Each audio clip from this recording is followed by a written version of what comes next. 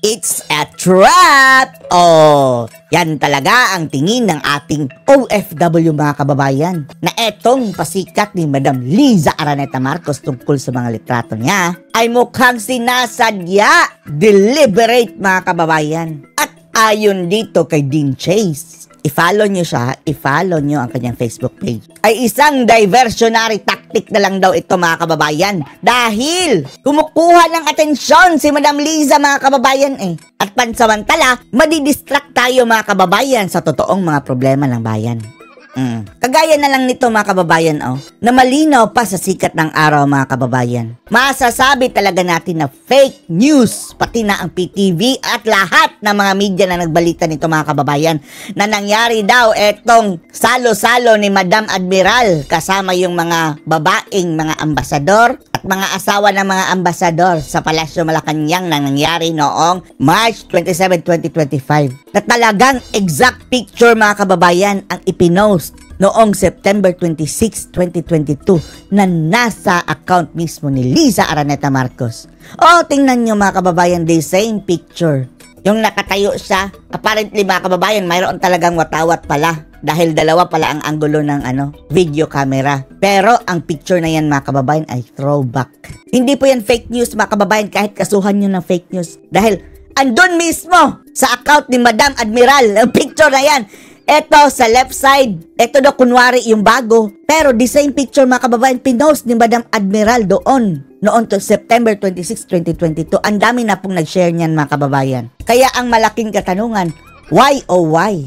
Anong tripping ng mga admiral mga kababayan? Nagpapapansin lang ba ang admiral na ito? O mukhang sinasadya nga ba mga kababayan na maglabas sila ng edited picture na for the people to spot para pagkaguluhan siya? Para at least ma-divert muna ang atensyon ng mga tao. Kala siguro nila nakakalimutan na natin yung kanilang ginawa. At inuulit natin mga kababayan, nasaan ka man Liza, wala kaming pake kung nasaan ka. Kung hindi ka magpapakita, di ba mabuti? Kung totoo man yung mga bintang sa'yo ng mga nagsasabi, kagaya nito si Dean Chase, na nakadetain ka, wala kaming pake. O kung hindi ka naman na-detain at andyan ka sa Pilipinas at nang-control ka, sinasadya nyo maglabas sa mga edited na picture at yan lang ang paraan para hindi ka lumabas. Di mas mabuti. Hanggang 2028 gawin mo yan.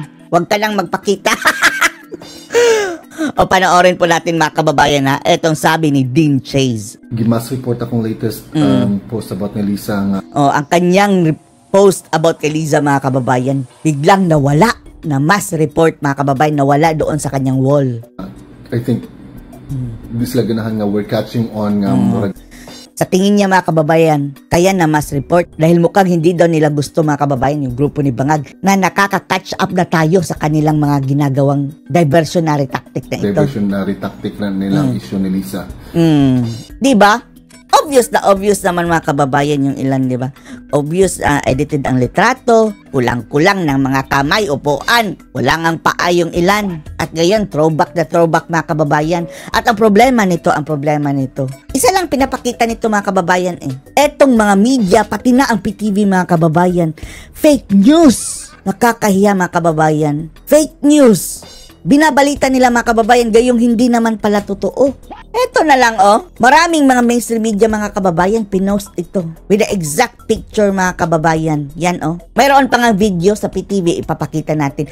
Gayong September 26, 2022 pa lang yan mga kababayan. 100% po tayo na throwback picture yan dahil yung litrato pagkalitrato mga kababayan yun talaga. Yung pagkatayo ni Liza, yung angulo, yung damit, tapos etong mga babaeng naka number 4 dyan sa baba, nagpapalakpak, yun pa rin.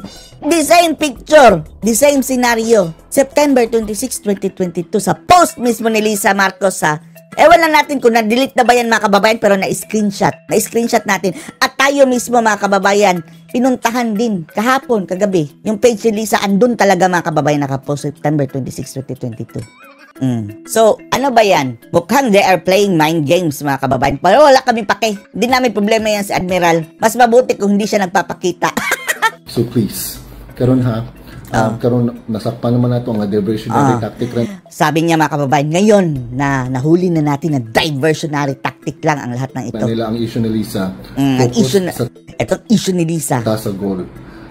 So ngayon, focus muna tayo sa goal. Ato sang padag-on ang PDP laban straight.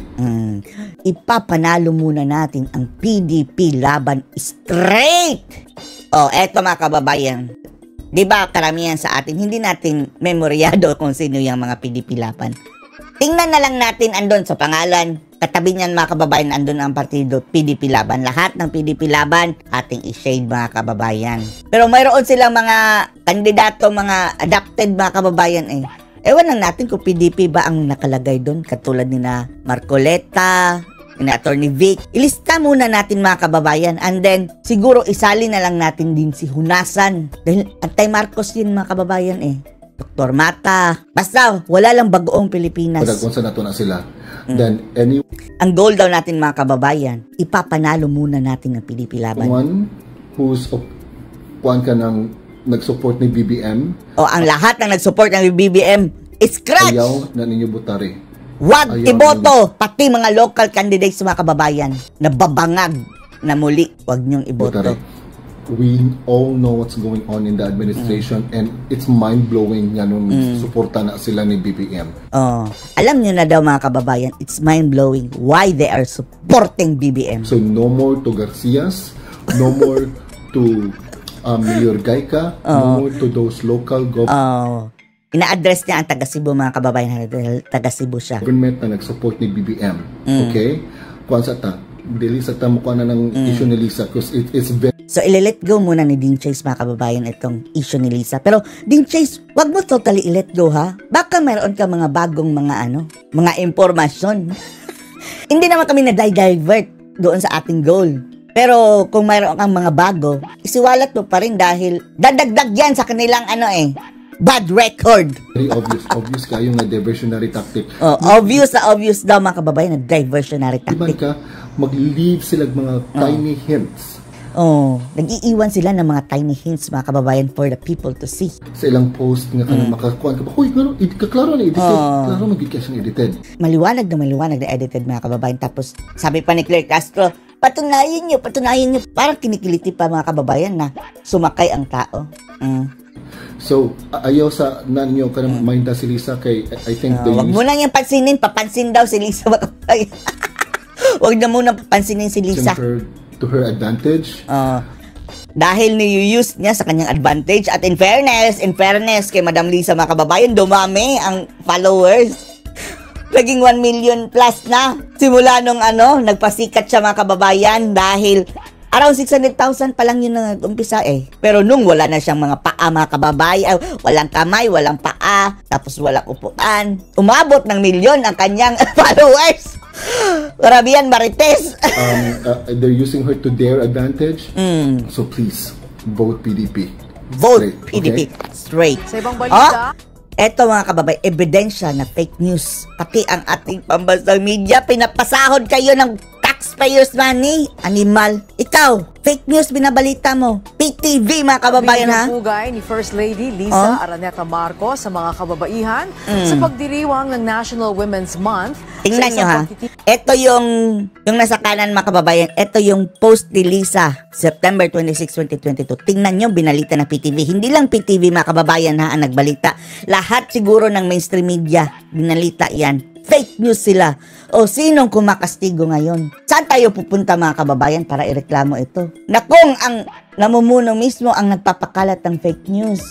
Saan pa tayo magrereklamo? Samantalang ang mga vloggers mga kababayan, kaunting, hindi nga mali, opinion lang ha, na hindi nila nagustuhan, kakastiguhin. Ipon sa Malacanang, kasama. Yan tingnan nyo mga kababayan ang mga lady ambassador at mga may bahay. Ganyan pala mag-beso-beso ang mga kokak mga kababayan, hindi umaabot ang pisngi. The ambassador at mga may bahay.